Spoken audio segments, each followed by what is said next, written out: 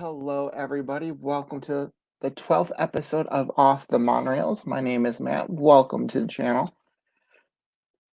Well, there's a lot to talk about today. First off, I forgot my mouse. I just hate using the trackpad. And B, hello, Samantha. How are you? Obviously, I'm not front lit today. So it's a little bit chaotic, but hopefully you can still see me. You can still see my face. My lucky Cubs hat. Which is there's a story behind this, and of course, gotta wear a Walt Disney World T-shirt. So let's just. I was planning to talk about like space stuff because of the launch in Florida of this SpaceX Crew, the Dragon capsule. But this is actually a very interesting story behind the hat. I actually got it for free. Because I was an idiot. I'll admit I was an idiot. For my birthday, was it my birthday? I just treated myself. It wasn't my birthday, but I just treated myself. Let's just say that I got myself a bleacher ticket for the Cubs at Wrigley Field. I have to get there early. The first thing I do is I grab a Coke or a Pepsi. I think it's Pepsi there. And a hot dog or a beverage and a hot dog. Sit down. That's like my pre-game ritual, whether it's baseball, basketball, football. Like that is my go-to thing. It's a hot dog and a beverage. If I don't get one of those things, it is not a game whatsoever. And so what I tried to do, like again, if you're not familiar with baseball stadiums, the bleachers are where the home run balls are hit. So if you get there early enough for batting practice, you can catch home run balls. And I'm like, you know what? I'm going to get there early as well. I'm going to finish my hot dog, finish my my drink. And sure enough, I've never had this happen to me. Not even close. Like the ball has never even come close to me. So got the beverage in one hand. Again, it's a pretty expensive beverage. No matter what beverage you get, they're expensive. And all of a sudden I see the people in front of me. They're standing up. They're like, oh, it's headed this way. It's headed this way. And and it's headed right towards me. It really is. I believe it was this hand too. And so I'm holding on to the beverage. I didn't want to put the beverage down because I'm like, that's money in the trash right there if I lose it. And I try to bear palm it.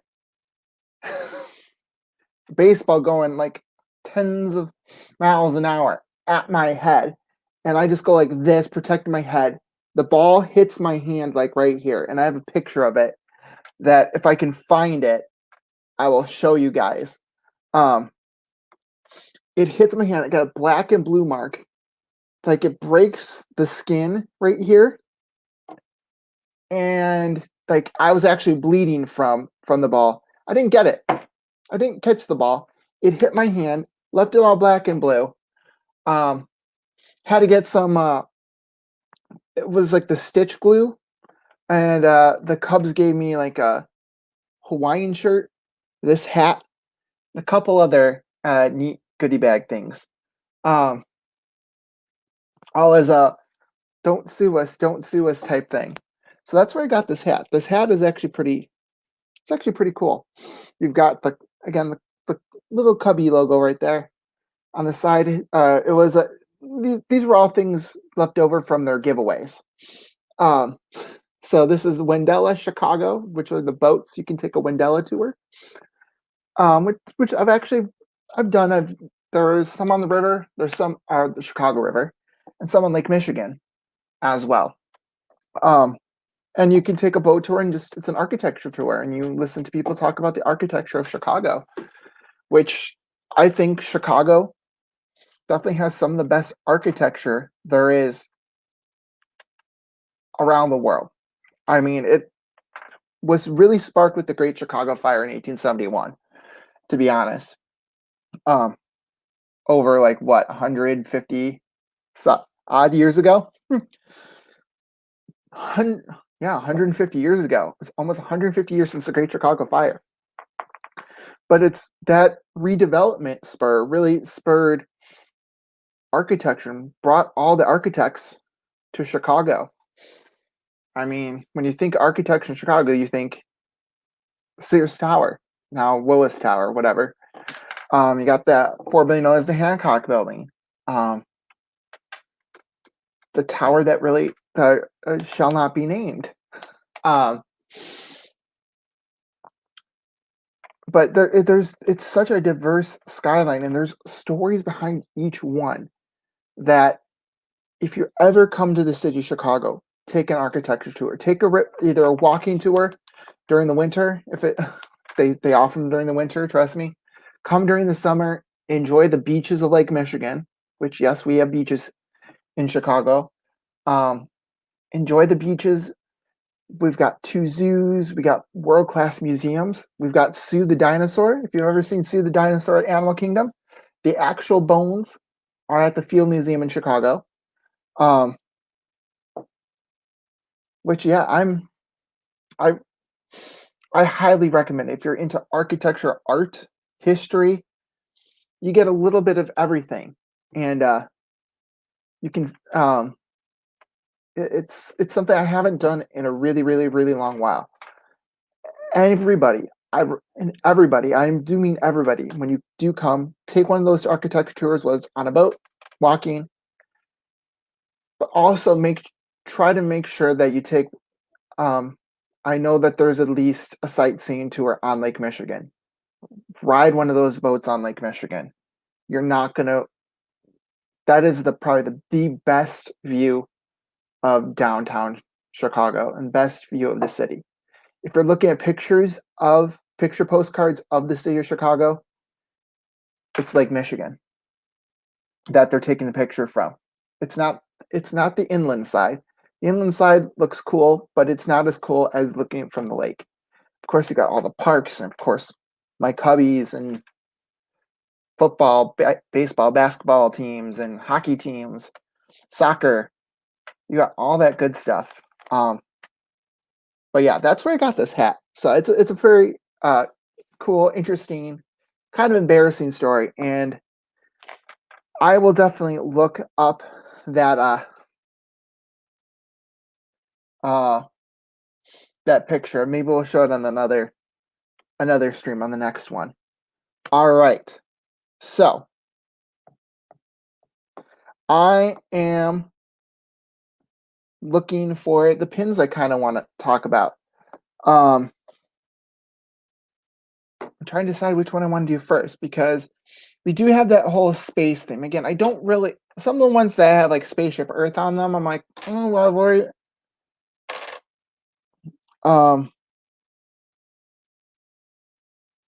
I'm kind of already shown some of my Spaceship Earth pins, but I do have a couple pins that are space related that I think are pretty cool to show.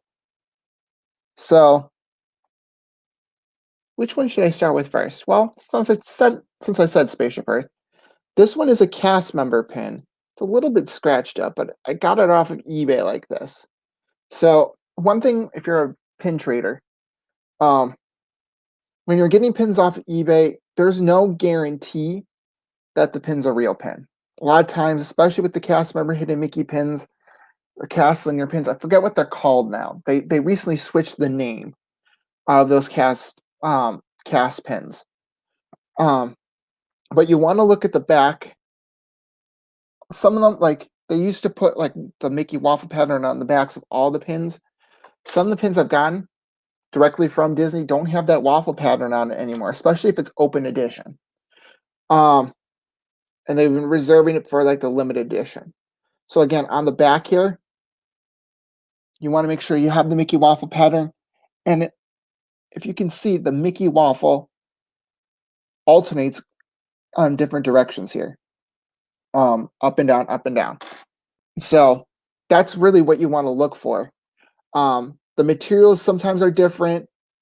Um, this one again, Spaceship Earth and a classic monorail, which it looks like it's designed like the monorail at Disneyland. Which again, if I would have to look this one up. This kind of makes me a little bit nervous that this is a fake pen. But again, I saw it. I like the design. It didn't cost too much. Again, price has a lot to do with it too. If it's like, oh, this looks like it should be a $10 pin, but they're selling it for $2, that's a big red flag that this could be fake. Um, but I don't know. It actually looks pretty cool. So that's why I got it. So sometimes if the pin just looks cool, get it. Honestly, if you don't plan on trading this, or don't plan on using the pin for trading, you keep it because you like it.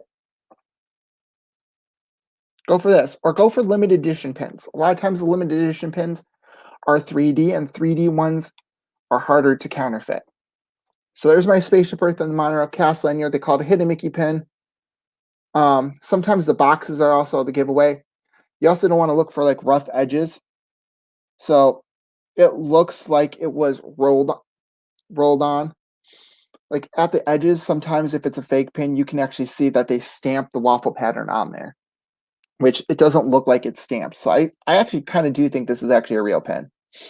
But you don't know unless you get it directly after the cast member grabs the pins and puts them on. So there's really no guarantee from a cast lanyard or a pin board at a pin trading board at Disney that it's a real pin. You have to buy it yourself or from a reputable source. The next one, it's this is from the Kingdom Cutes or Kingdom Cutie series. It's the People Mover. Again, it's cute, and it's the People Mover at Disneyland. I love it. I was actually not going for this one when I got a couple of the boxes. I was going for a different one that's also futuristic space theme related. And if you're a collector of these pins, you'll know which one I'm talking about right away. But yeah, I love it.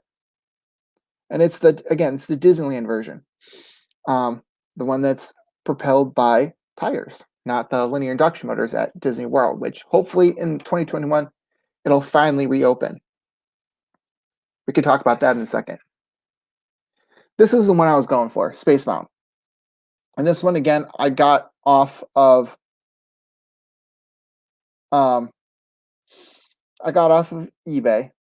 again because I wanted the Space Mountain pin. And again, this one has the FAC number at the back. It's got the waffle pattern. It does look a little bit rough around the edges, but so again, it could be real. It could be a fake. Again, I just got it because I like the design. I wanted a Space Mountain pin. So yeah, pretty cool. Again, this is something I wouldn't trade. So my last pin. This is a limited edition pin right here. It is the 45th anniversary of Space Mountain, which is from beginning of this year. It's got the classic Disney World logo on it. Or it says Walt Disney World and has the Florida flag above it, Space Mountain, in its original logo. And then, of course, the famous spires and conical shape of Space Mountain. It's got this retro mid 70s. It kind of even has like a little bit of a 60s vibe to it, 60s, 70s vibe to it. Of course, got the classic Tomorrowland background, which actually, I never noticed this, but if you look at the back of this Tomorrowland pin, if you look at this is the design for the Tomorrowland masks. which I don't have the mask by me, but this is the design. I never noticed that. That's pretty cool. The backing of this pin is the design for the masks, or the attraction masks. Again, this was a limited edition. Usually it says, sometimes it says the edition, like how many are on the card, but it doesn't. The card's a little bit bent, but that's partially my fault. But again, there's the card. The design looks familiar.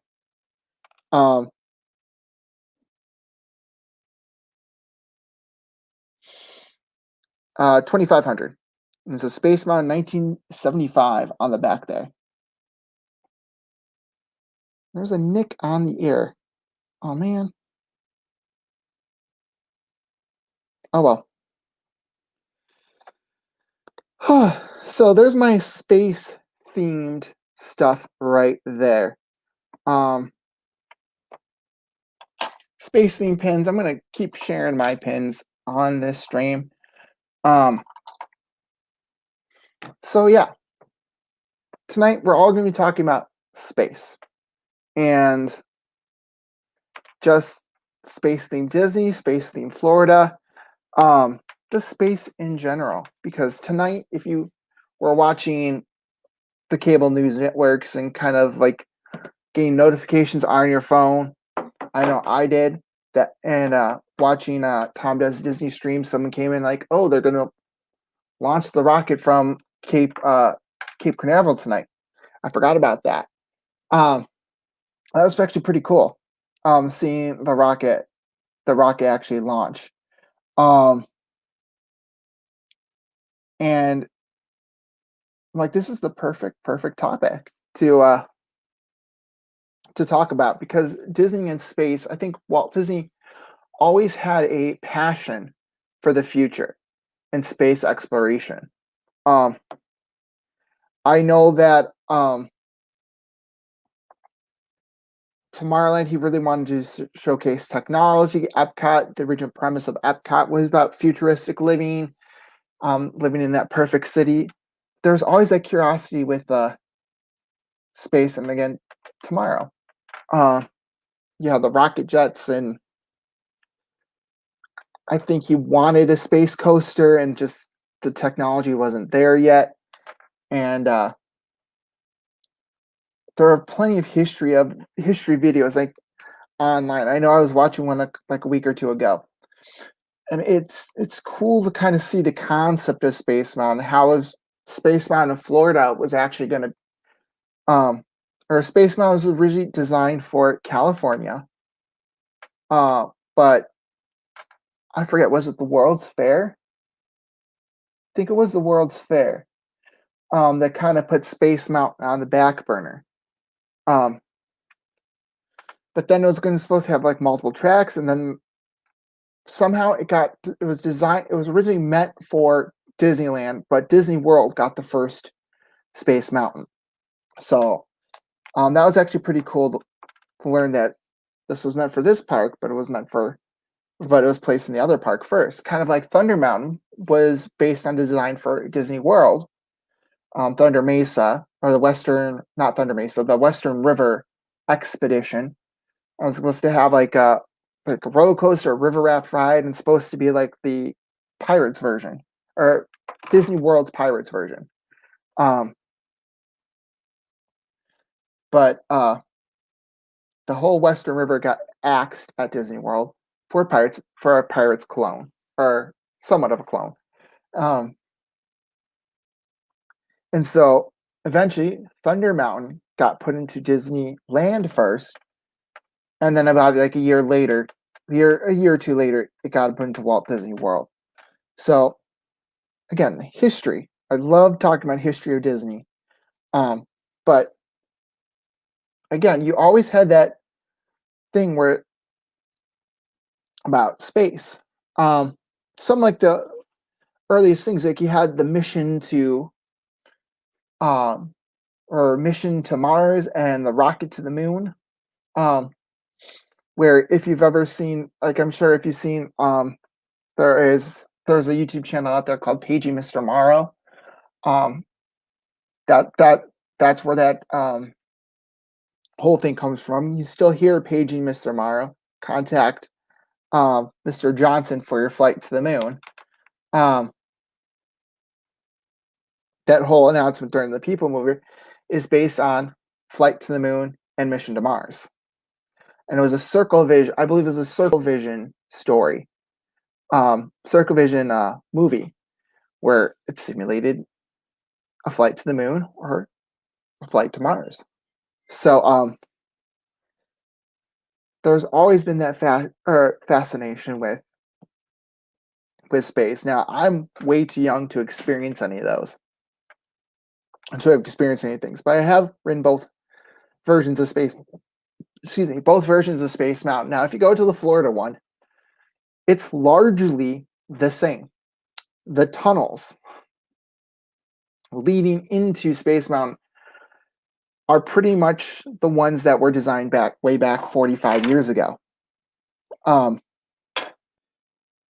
It's hard to believe that it really hasn't seen an update in that location.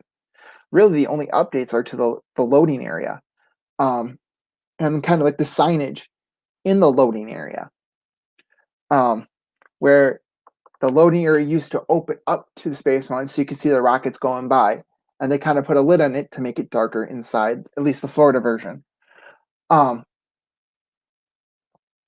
like the lift hill scenes, that lift hill scene is pretty much the same lift hill scene with the rocket and the control towers on either side. Those are pretty much the same things. They've been there for 45 years. Maybe there was one or two small updates, but not too much. The tracks are the same. The effects are the same. The star tunnel. The only thing that's pretty much different is that it's darker. They took away the glow in the dark sides of the cars because again, there's really no way for that to charge, and they really wanted to make it darker in there. People Mover, I think they took a lot less views. They took some of the views away from the People Mover, especially because you used to be able to look into the load area from the People Mover, and you can't do that anymore. But it kind of stinks. I used to be growing up, or when I used to be growing up, when I was growing up, I used to not want to ride Space Mountain. It was like, I don't like roller coasters. And looking back at that now, I love roller coasters. I don't know what I was thinking back then. But the only way that you could get me into Space Mountain is ride the People Mover, and I hated going because it was dark, you couldn't see in front of you. But yeah, I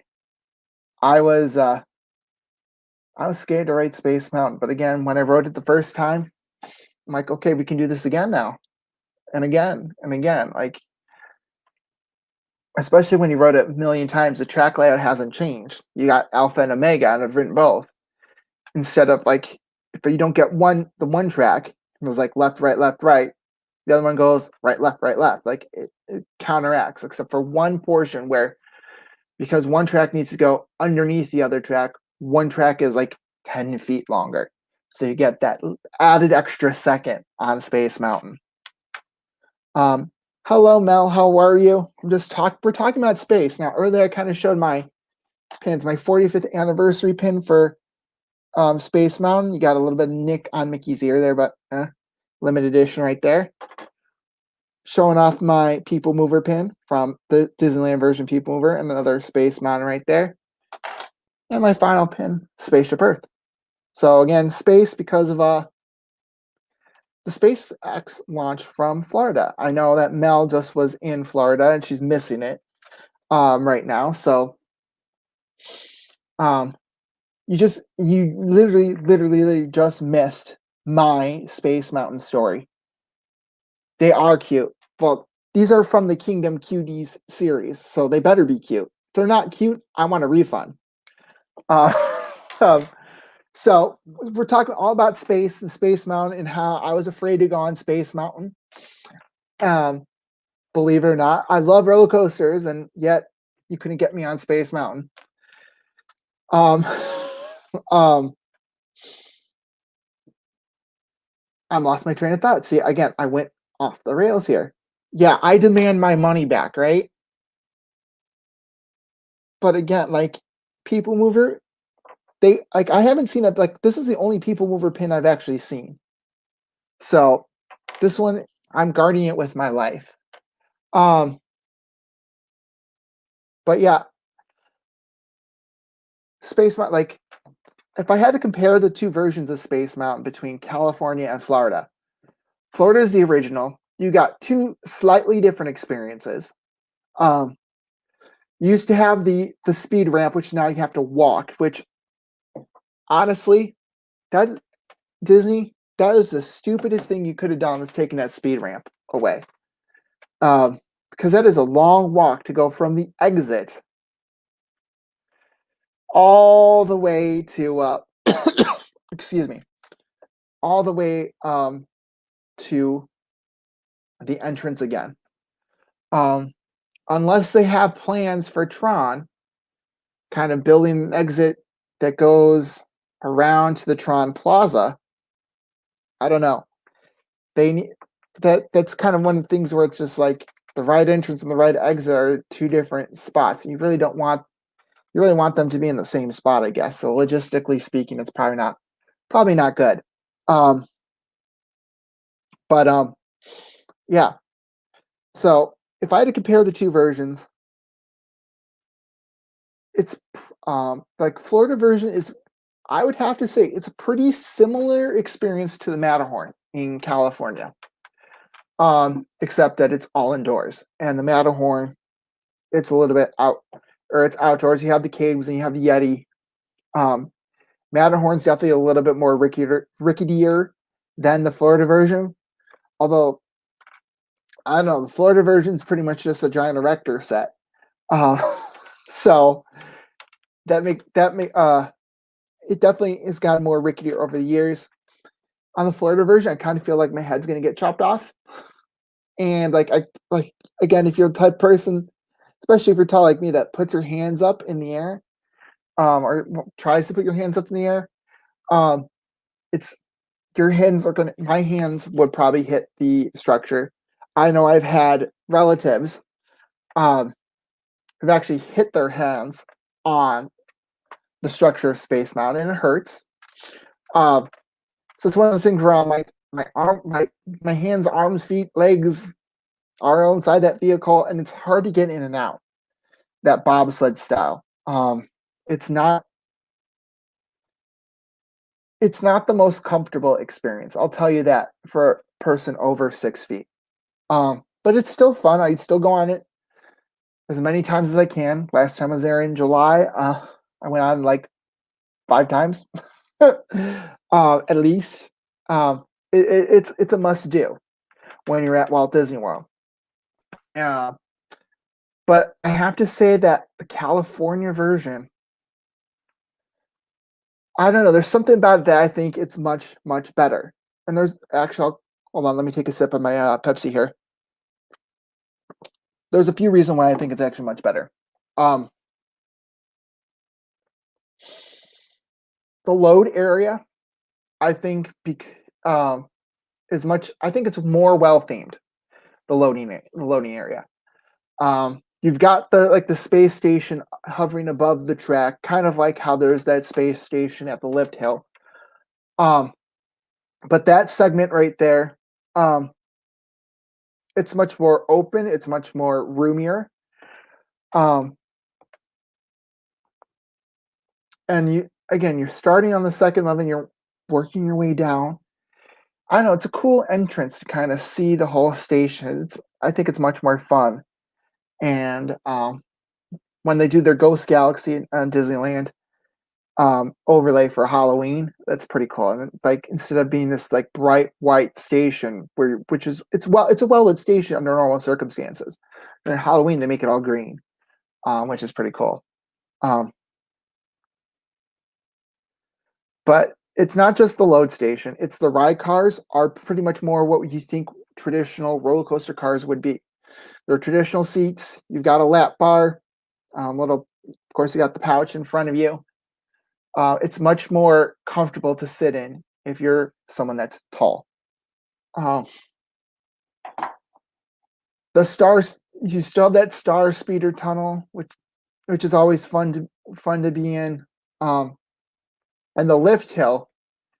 Um, I haven't experienced a normal lift hill, so I can't attest for that. I've only experienced the Ghost Galaxy lift hill and like the Star Wars Hyperspace Mountain lift hill.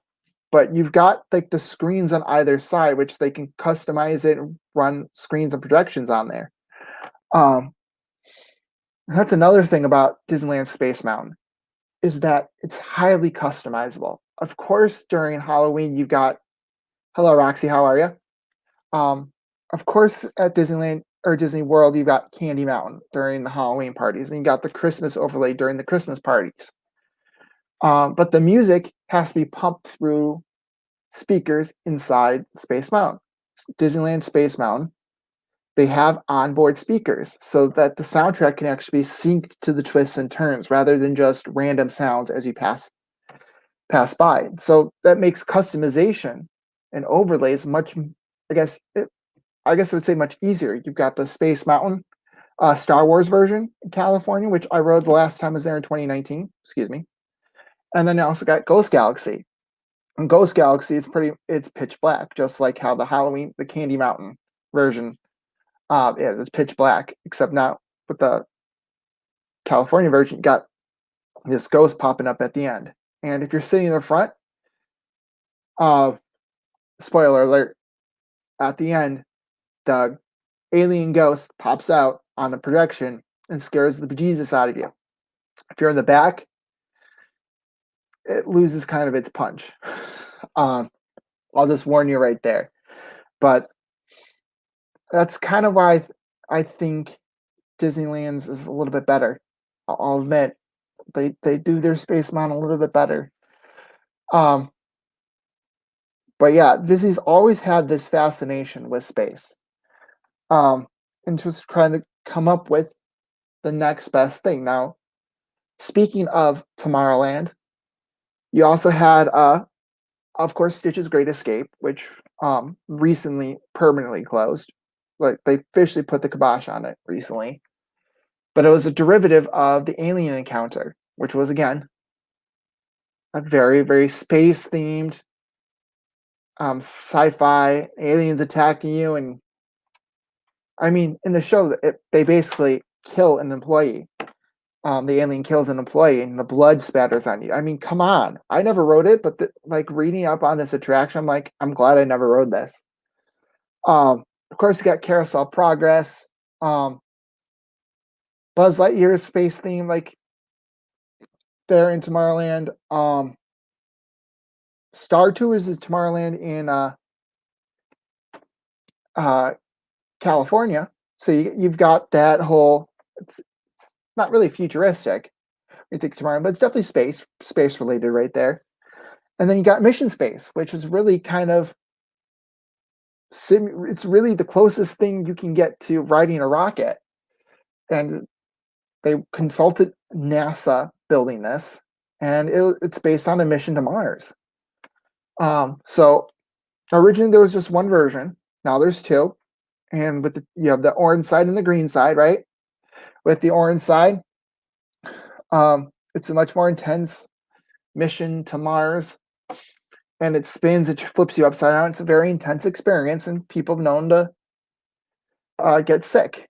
And it's the only ride that I know in any theme park that has vomit bags inside the cabin. But then, I'm hearing horror stories from relatives and friends that have gone on, and I'm like, okay, I'm never going on that ride. And then you do the green version, which is the same ride, except now it's over Earth. And I've done the green version, and it's not intense whatsoever. It spins you around a little bit, and you're kind of like, oh, okay, this is interesting. Um, it's not it. There's no intensity with that, but I don't know. Maybe one day I'll get the courage to ride up in that orange side, but definitely not anytime soon. It's definitely not a ride you probably should do Drink Around the World before. Like that should probably be like the either the first ride you do and take like a big long break, um, or the last ride you do, but don't consume anything that would make you sick.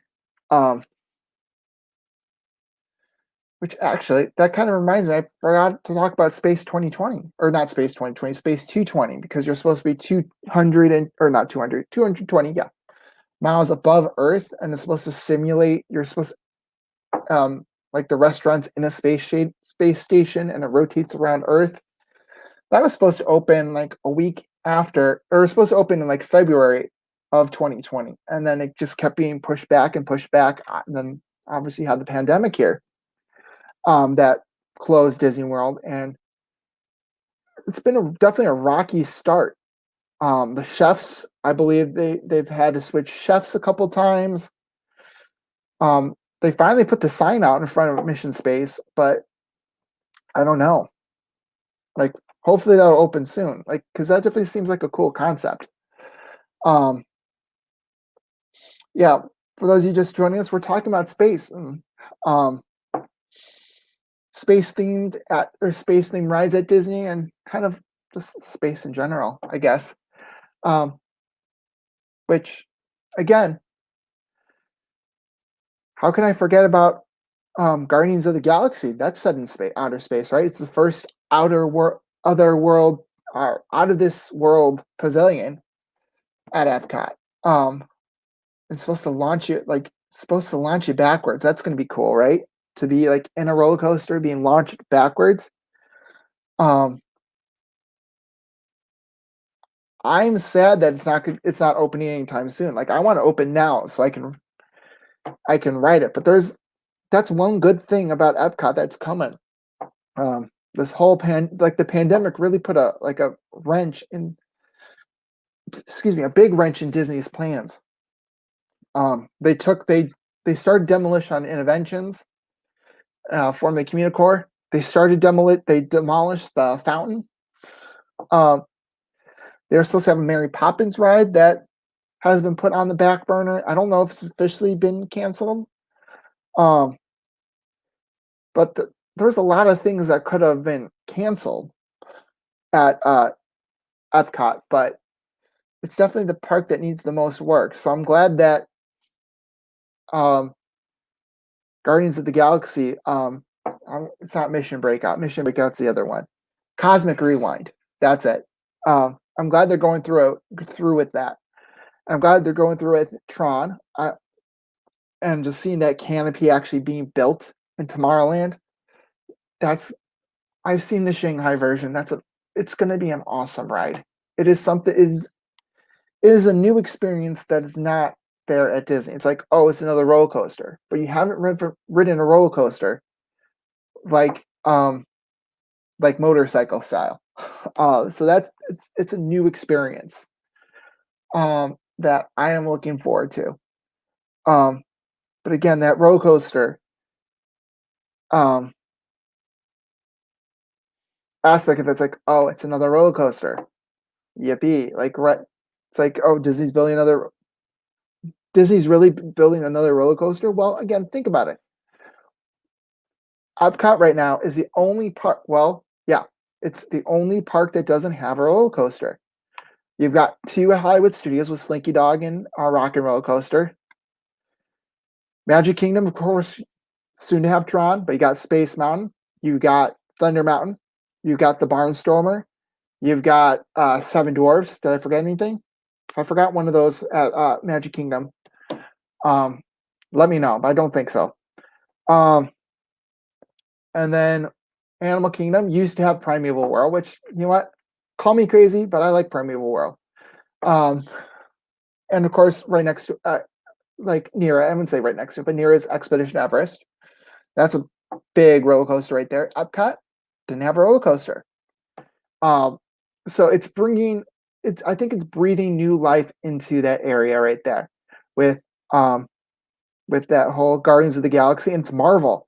It's going to be I believe it's the first Marvel attraction in the Florida side of Disney parks. So that's going to be cool as well. Although it's not going to be branded Marvel, it can't be branded with the Marvel logo. But can we all talk about this for a second about how you go into the Disney stores now in Florida and you can buy Marvel Magic Bands? Shocker. There's Marvel pins that are being sold and Marvel face masks like the Hulk that are being sold at Disney World, which I thought I would never see even after Disney had bought Marvel, which again, it's good that Disney's trying to merge everything together. Hello, Alyssa. How are you? Welcome to the stream. Glad you're here. I'm glad they're bringing this more Marvel into the parks. But it makes me wonder, like, how far are they going to take this? Because they can only go so far in promoting their own properties because of the agreement and the agreement, the contract that they have with Universal. So I don't know. Again, the pandemic is going to change a lot of things. So maybe they're seeing this as an opportunity to kind of pounce and get that Marvel properties back, maybe one by one. So having Guardians of the Galaxy, Cosmic Rewind is gonna be awesome, and I can't wait for it. But let's take a moment because the previous ride was Ellen's Energy Adventure in the Universe of Energy Pavilion. Now, if you don't know that, if you've never ridden it, which I've ridden it exactly one time, it was a 45-minute show, 3 15-minute segments, which it was long. It was long. The middle part had these dinosaurs and dioramas, which was cool. But the whole premise of it is that Ellen falls asleep and ends up on Jeopardy with her college roommate, Stupid Judy, played by Jamie Lee Curtis, and of course, the late, great Alex Trebek. Show off? How am I showing off already? I'm talking about like Disney World and Jeopardy right now. Maybe you're a little bit behind, Aaron. Make sure you're live. But the late great Alex Trebek, which I like the ride. It was a little bit on the long side. I've known people who've fallen asleep on that ride. I mean, my brother fell asleep on that ride, and he missed the cool dinosaur part. But one thing that I definitely miss is that, again, it's surprising to hear what people are connected to Disney. Of course, Alex Trebek did the greatest Jeopardy champions of all time that aired on ABC. It was a preemptive strike. Okay, I get. I've already talked about Disneyland a couple times, so it was warranted. But I'm like, this kind of came out of it unless you were in ninja mode. But going back to my kind of story here, it's surprising on which celebrities have a connection to Disney parks, and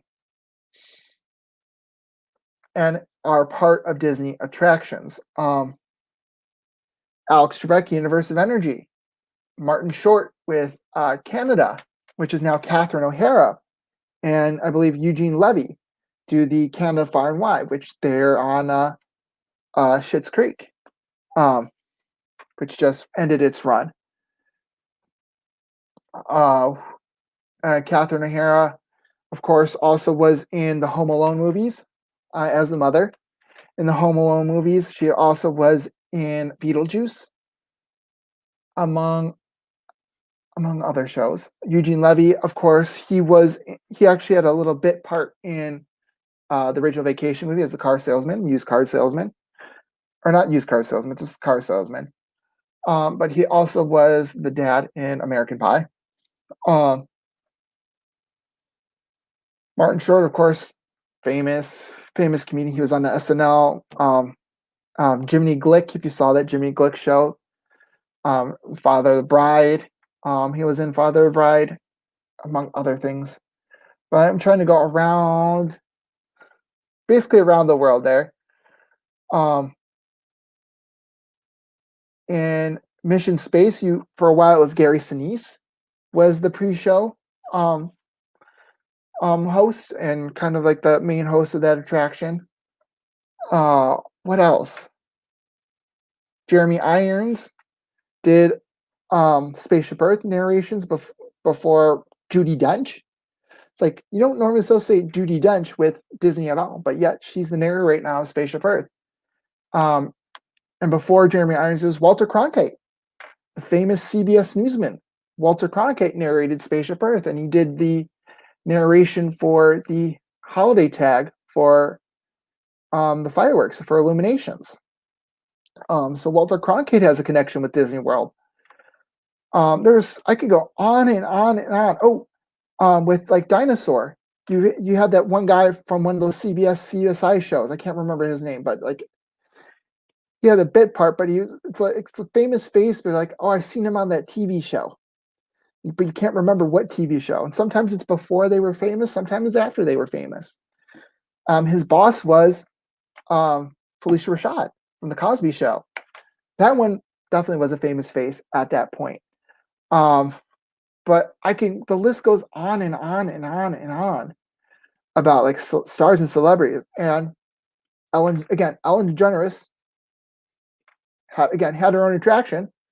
She had her sitcom on ABC, so I think that's probably a big reason why she got the attraction there. But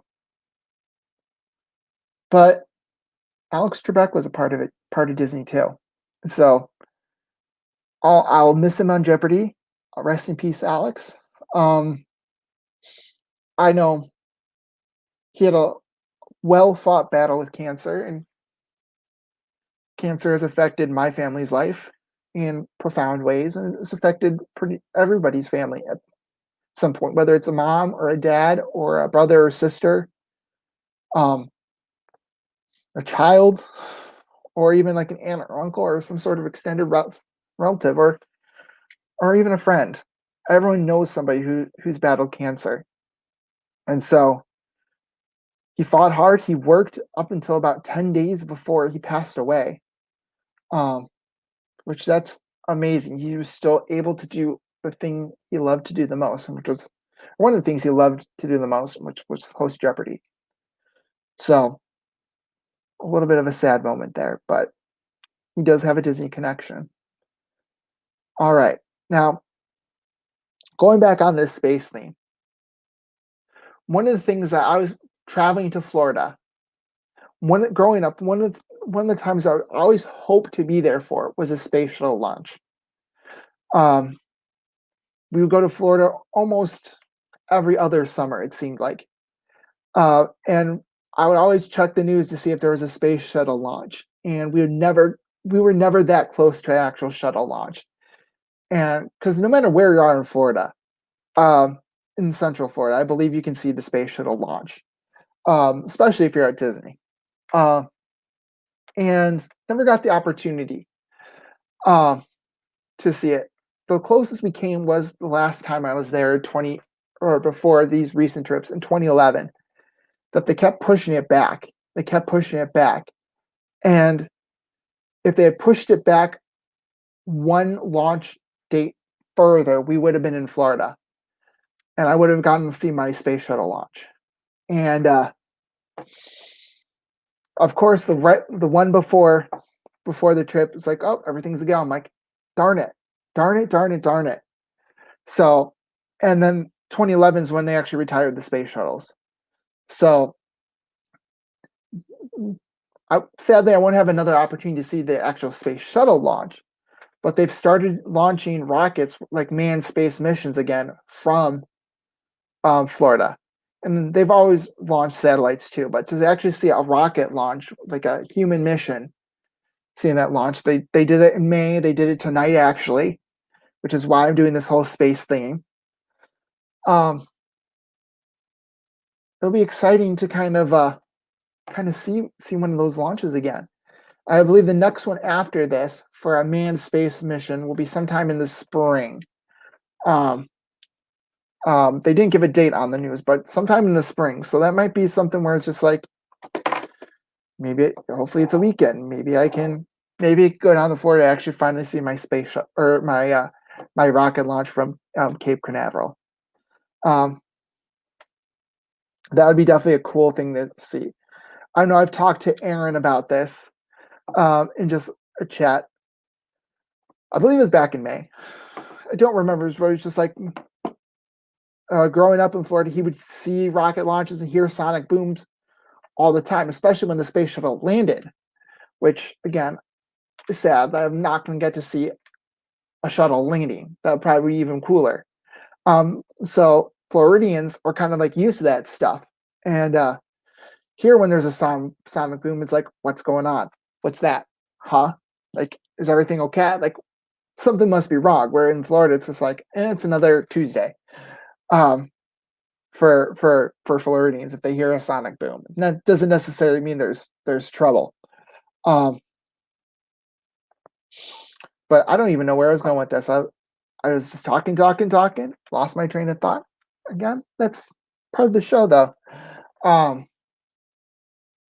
But yeah. Oh, I know where I was going with this. I believe, does the Adler Planetarium or Museum of Science and Industry have a space? I believe the Adler Planetarium has one of the Apollo capsules. I've never been to the Adler Planetarium, which is one of the museums in Chicago. But I have seen, was it Apollo 11? Is it the, if everybody's been to Washington, D.C., the Apollo 11 capsule is in the Air and Space Museum in Washington, D.C. And again, I highly recommend, if you're in Washington, D.C., visit the Smithsonian, visit all the museums there. We only had the opportunity to visit one. We chose the Air and Space Museum, which again, you can learn all about like flight, moon rocks and how rocks are formed and all that good sciencey stuff. But like when you walk in, it's bam, you get all of those planes. You got the Spirit of St. Louis. Oh, I forget what else. Spirit of St. Louis. You got the Wright brothers plane. Of course, Apollo 11 capsule. But there's other famous planes that are just in the entry hall. But then when you kind of walk through it, when you're a teenager on there in 8th grade, it's kind of like, all right, cool. But I'm gonna warn you right now. The rest of it, if you're not a math or science geek, and you're told you got 3 hours to spend there, I would say go to the American History Museum if you had to pick one. I like the Air and Space Museum. It was cool to see it. And the Air and Space Museum actually has an annex in Virginia because they can't house all the planes and space shuttles in one building. They have a second building for that. But the American History Museum, you can see, if you're into fashion, they have the First Lady's gowns there, Fonzie's jacket, a lot of pop culture stuff is there. And that is the one thing I regret not seeing at Washington, D.C. But Air and Space Museum, that was pretty cool to see. Like, that's the capsule where the first men on the moon, they flew there. And just to be that close to history, it was breathtaking. It was awesome. Of course, whenever you visit any city, every museum has that one artifact that they're famous for. And that one artifact where like, I'm going here. This is what I need. This is what I'm seeing. I can speak for the museums in Chicago. When you're going to like the Shedd Aquarium, they have, at one point, the Shedd Aquarium was the world's largest aquarium. And like the Oceanarium with the dolphin show, I think that's pretty much, and they have like an Amazon adventure and a coral reef there. Um, that was pretty cool to see. Um, the Museum of Science and Industry in Chicago, they have a 727? But it's a jet airplane hanging from the roof. Literally hanging from the roof. That's pretty much the big draw. And they built a replica of a coal mine in it. And they have a coal mine tour in the middle of the city of Chicago. Illinois is a pretty actually coal-rich state, if you didn't know that. But the third thing, if you're a big World War II history buff, and I know we're off of the space theme here, but they have a German U-boat from World War II, one of like only 3 that were captured by Allied forces. One of them is at the Museum of Science and Industry in Chicago, and it used to be like they used to house it outside, but then because it was succumbing to the elements, they built a protective housing for it. And I toured it. It's very claustrophobic being in there, but it's a German U-boat captured by American forces from World War II. So that's actually that is very, very cool to see. And again, it's something that is definitely a must do. Take the tour. Like it costs a little bit extra now. It used to be free, but the way the Museum of Science Industry works now is that you have experiences. It's kind of like the whole e-ticket system at Disney, where you had different tickets for different rides. Now for a lot of museums now, it's like you have a general admission ticket, and then you have all these coupons that you could use for some of their major experiences. So those are really the 3 things: the German U-boat, the airplane, the jet, from United Airlines donated, that's hanging from the roof. It's hanging from the roof. I walk. I'm like, how is this hanging from the roof? And then coal mine. What else? Oh yeah, Field Museum. That's the only other major museum I can think of. You have the Art Institute as well. We can talk about the Art Institute. But the Field Museum, again, this is a big Disney connection right here. Actually, I'll go back before I talk about the Field Museum. Let's go back to the Museum of Science and Industry for a second. More recently, they had a Pixar exhibit, a national Pixar exhibit, kind of like start there. But before that, I would say about 2015, 2014, was it 2013, 2014, right around there? This was supposed to go from around the country. I don't know if it actually did. But the Walt Disney Archives, maybe it was in conjunction with D23, they set up a Walt Disney exhibit at the Museum of Science and Industry. And I got to see it towards the tail end. It was extended by it was only supposed to be there for less than a year, but it was in Chicago for about a year and a half. I want to say, and they brought artifacts from the Disney parks, the Disney studios, and Walt Disney's personal items. Oscars, Emmys, awards, costumes, drawings, diagrams, all about Walt Disney. I have pictures and pictures and pictures. You could take all the pictures you wanted. And some of the things that they included in there. Now, I believe, was this on YouTube that I saw this? Or was this Disney Plus? It might be on YouTube, where the DVC did a tour of the Walt Disney Studios. I can't remember what that show was called now.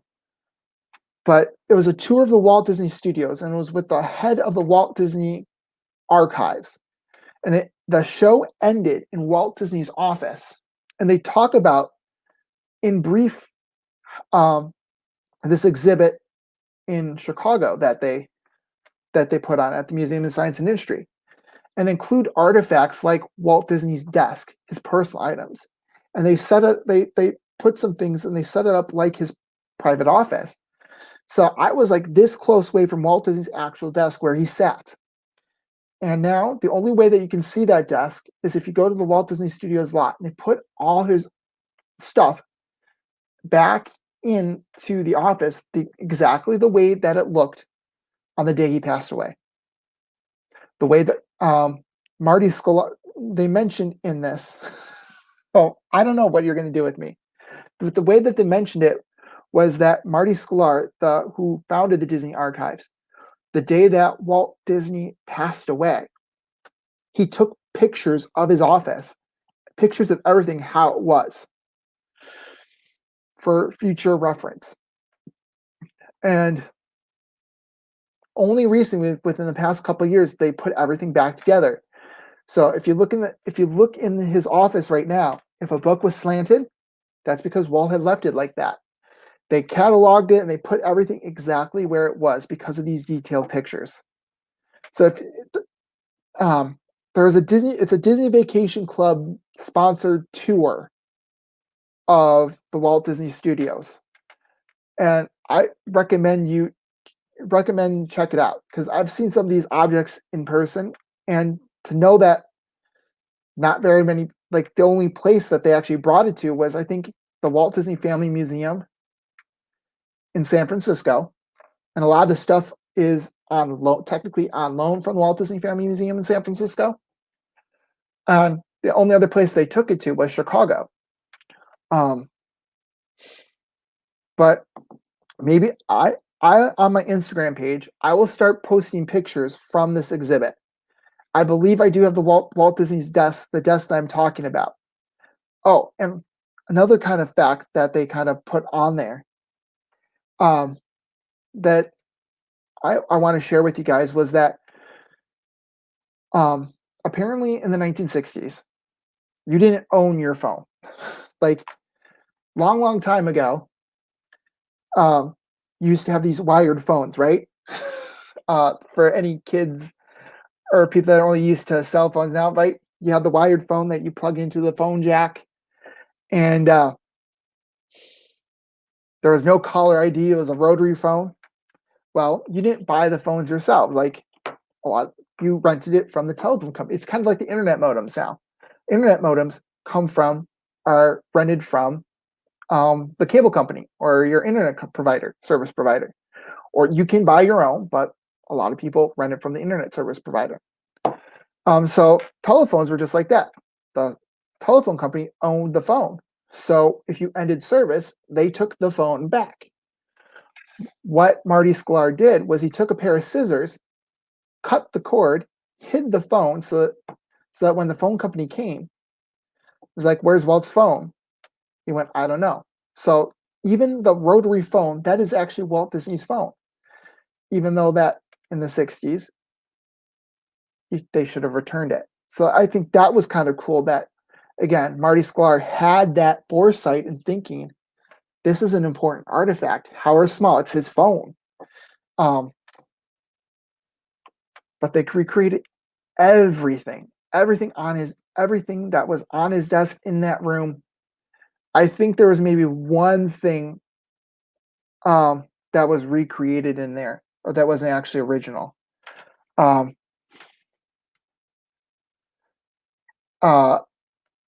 Which I thought that was interesting as well.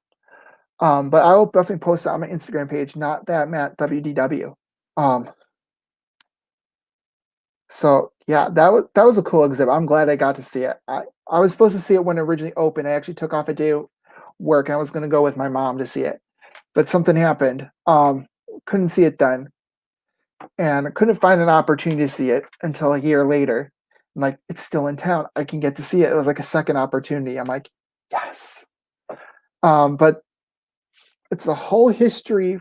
It starts with Walt's birth, going all the way through, and definitely cool artifacts. It was supposed to tour the country, but I guess it didn't because I didn't really hear about how this. And like Chicago was only supposed to be the first stop. I guess it didn't though, especially since some of the artifacts went to the studio in Burbank.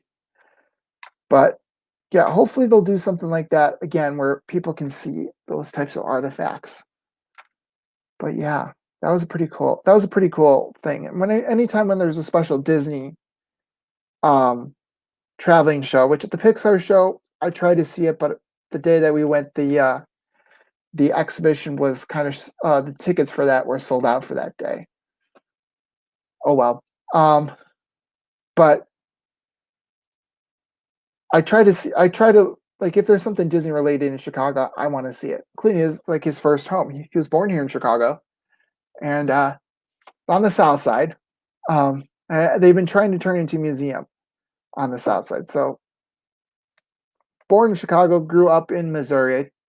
He actually came back to Chicago for a little bit before going to Kansas City, and that whole Kansas City was where he got the I believe he got the idea for Mickey Mouse on a train from Kansas City, right, to Los Angeles. If I remember correctly, if I know my Disney history right. If I'm wrong, I'm sure some of you leave either a comment below or in the chat. If you're watching this live, you'll tell me if I'm right or wrong. But yeah, we started talking about Space Mountain and space related stuff.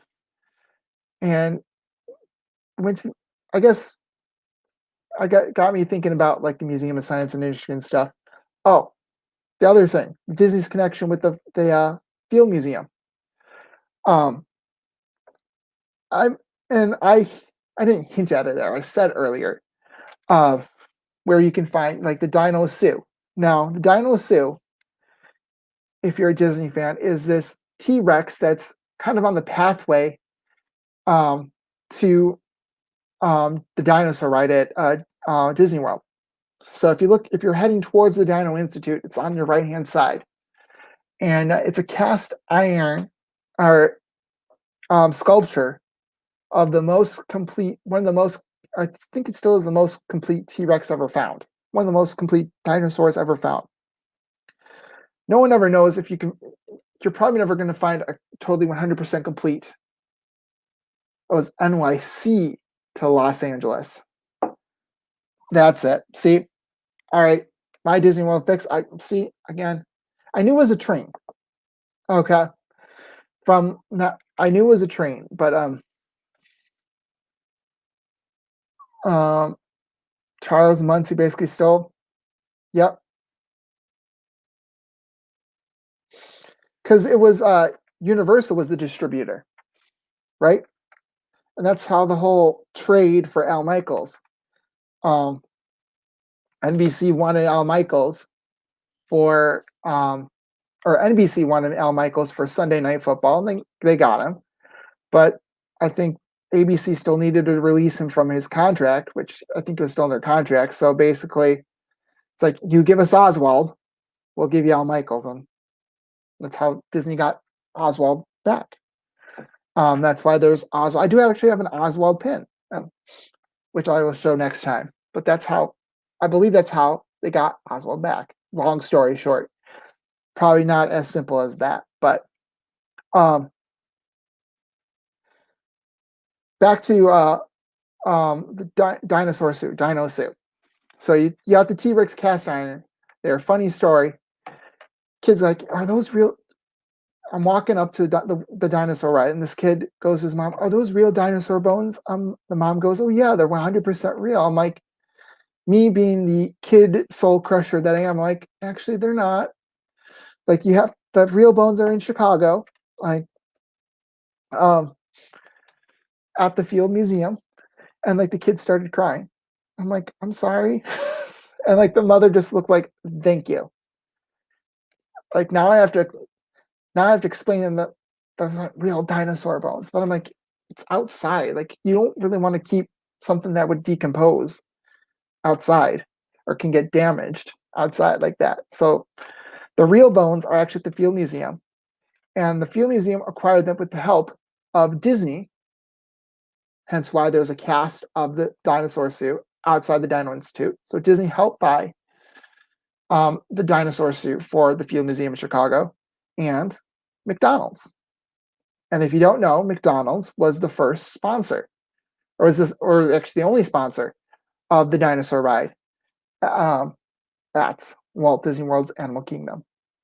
You can actually see hints of the sponsorship still in the load area, where if you ever notice why there is a white pipe, a red pipe, and an orange, or not orange, but a yellow pipe, those are mustard, ketchup, and mayo pipes. Like the chemical formulas on there are the chemical formulas for mustard, which is the yellow pipe, the red pipe, ketchup, the white pipe is mayo. So why would the Dino Institute have pipes for that? Well, it's because the attraction usually sponsored by McDonald's. All right, so that's Disney's connection to the Field Museum, which is actually, again, I think it's pretty cool that Disney helped pay for these dino bones. But again, they're also developing Dinoland USA, so they needed a willing partner, and I don't think they were looking to display actual dinosaur bones in Florida. So they got McDonald's to help. They got the Field Museum in Chicago to help, and they're permanently displayed in Chicago for everybody to see. All right, it is 9:12 here where I am. I'd like to thank all of you guys for watching.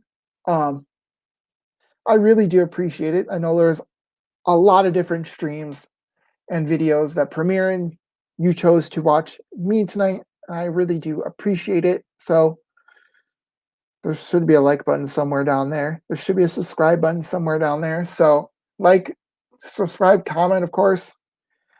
I will see you on the next stream. As always, I don't think I'm going to call it I think I'm done with the numbers. I think I'll just start dating the streams. Now, I won't personally date my stream. Not like that.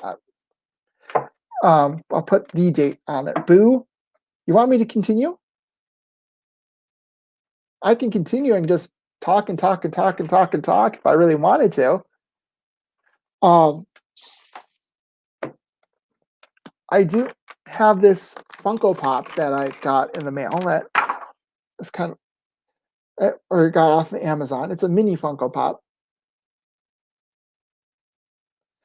I actually think it's really cool. I think I showed this last week, but I'll show it again.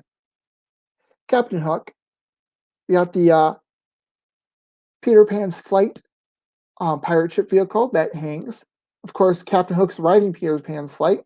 Got the lap bar right there. Yeah, you know I can. You definitely know I can talk. But it's mini, and I accidentally got this. It was like $5, $7 off of Amazon, I think.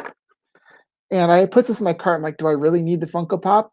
Probably not. But then I ordered something I really actually did need. And I'm like, why does this cost more than I thought it was going to cost? And this was in the cart. But I don't regret this whatsoever. I think it's actually a pretty cool Funko Pop. And like the detail, again. You got like the little, I think these are like clouds at the bottom of it because you're supposed to be floating through the clouds, I guess, at some point. I think it's really cool. Yeah, I took it out of the box for this one. I'm not a Funko Pop collector, but if I like something, if I could put this back in, I'll get it. But I've got 2 more Funko Pops coming. Part of the Disneyland 65th anniversary series. I think I've shown this one. I'm not sure. The Donald bobsled. Maybe I did this on Instagram. But this is the 65th anniversary Matterhorn bobsled. Again, my channel's name's not that Matterhorn Matt, right? So I mean, I have to have the rides bobsled Funko Pop, which when this came in the mail, I'm like, this is huge. I didn't expect it to be that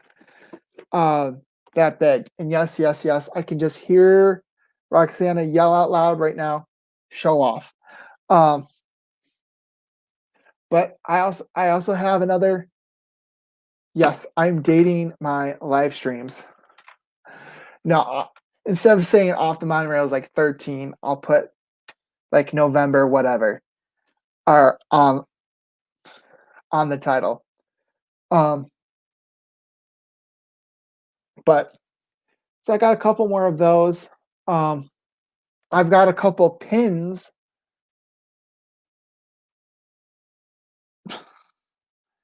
Yeah, that are supposedly coming at some point soon. Roxy. Although she's in quarantine right now. Because of her trip to I need to wine and trust me, the only wine you're getting is a $3 bottle of wine or $3 box of wine from 7-Eleven. Although I know we have them. Yes, I know you have them. I know you have the pins. I'm joking. But see, I lost my train of thought again. So I'll show those off. I'm gonna keep going to my pin board, pulling random pins off, and shall I talk about this again? I want to talk about. I love talking about Disney. I love talking in general, but hopefully, like my little tidbits, like I know I talked about, like a little bit about my hometown. See, Roxy, like the reason why I did that stuck on my tongue is that she stuck out my tongue at me. I have to come to Florida to get them. Okay, that's going to be tough for me to do. Leave the cold winter weather, which again, this is what, in general, this is what people who are traveling to Chicago have to look forward to in February. Snow, cold. Sometimes there could be a foot of snow on the ground. Lots and lots of shoveling and cold, and again, real actual snow. I don't know why I'm mentioning this. I don't know why at all. But anybody, especially coming from like the south up here, probably needs to have a very, very heavy winter coat, even if it's just a one-off thing. Anyway, yeah, okay, I'm mean. I know I'm a little bit mean here. I'm getting a little bit mean, but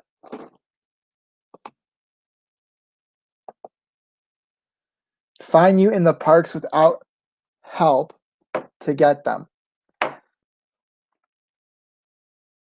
Great. Are you going to leave index cards for me? I'm not the one.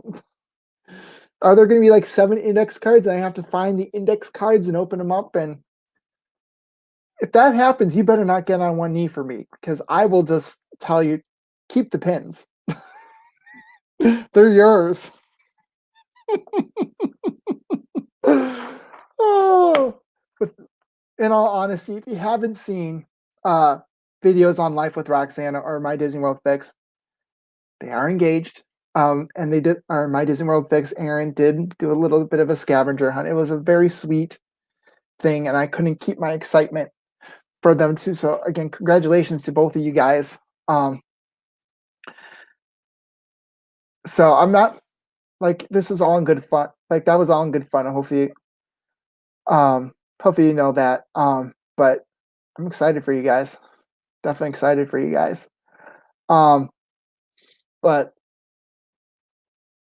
yeah, so no scavenger hunt. I get no help. So it's just going to be like, have you seen a tall guy trying to avoid me, basically? All right. Tall guy with a plush on his shoulder.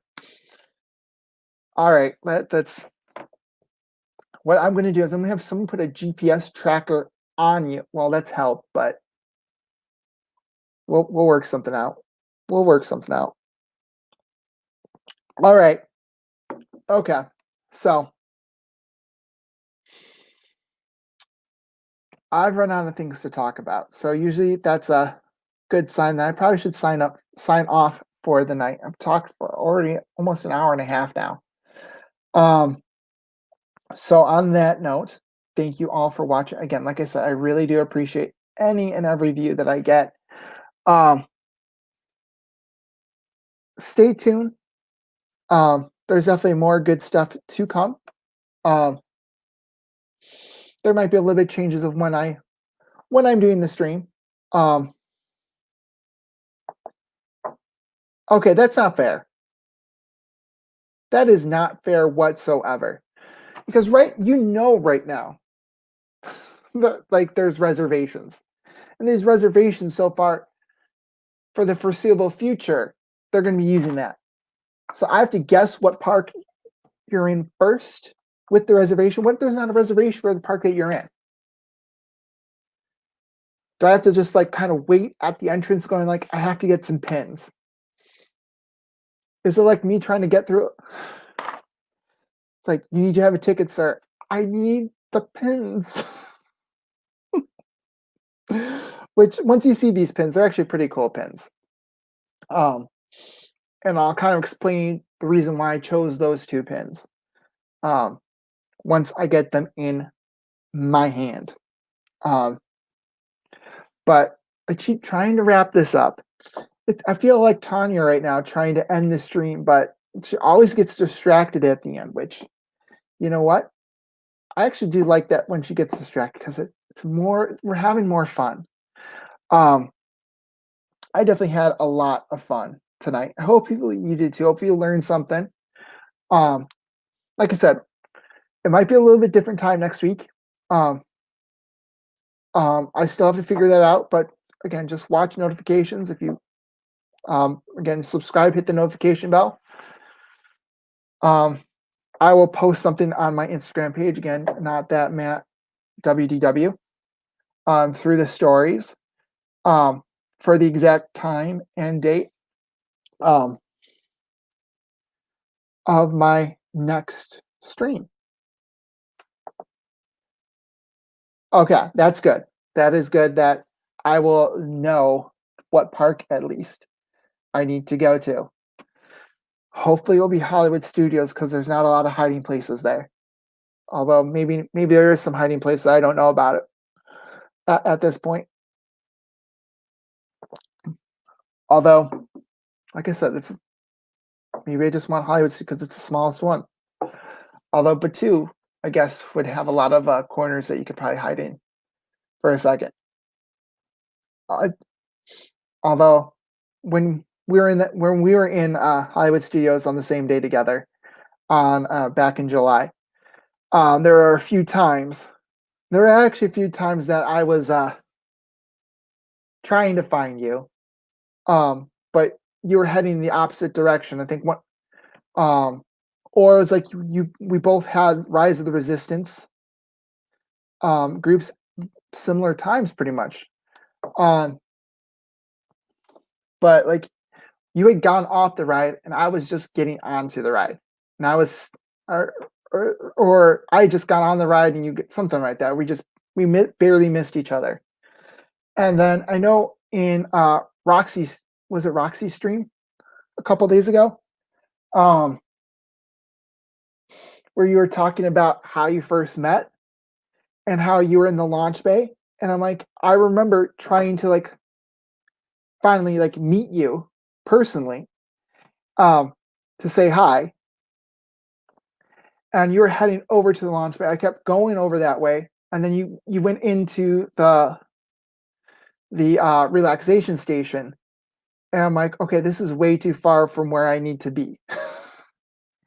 But apparently me not going in there, I could have interrupted a love connection that Aaron had no clue about what was going on. So I don't know if I was interrupting anything or not. I always made it, but then we crossed paths. I was heading to Toy Story Land. You were heading out of Toy Story Land, I believe. And I wish I could have actually been on there a little bit longer. But there are other reasons why I chose not to. which I'll leave it at that. Aaron, I'll tell you off stream. But on that note, I've been trying to end this for what, 5 minutes, 6 minutes, which, if anybody knows my family, this is how goodbyes go, how long goodbyes actually are. No matter if you're saying goodbye to one person or 100 people.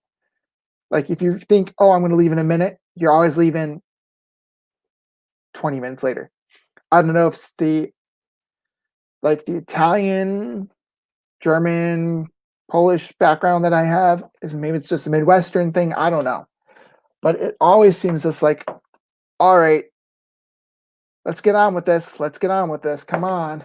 We got to go. It's like we should have gone 2 minutes ago, 5 minutes ago. But for real this time, again, thank you for watching. And I will definitely see you guys in the future. See ya. All right. I guess I didn't hit the button.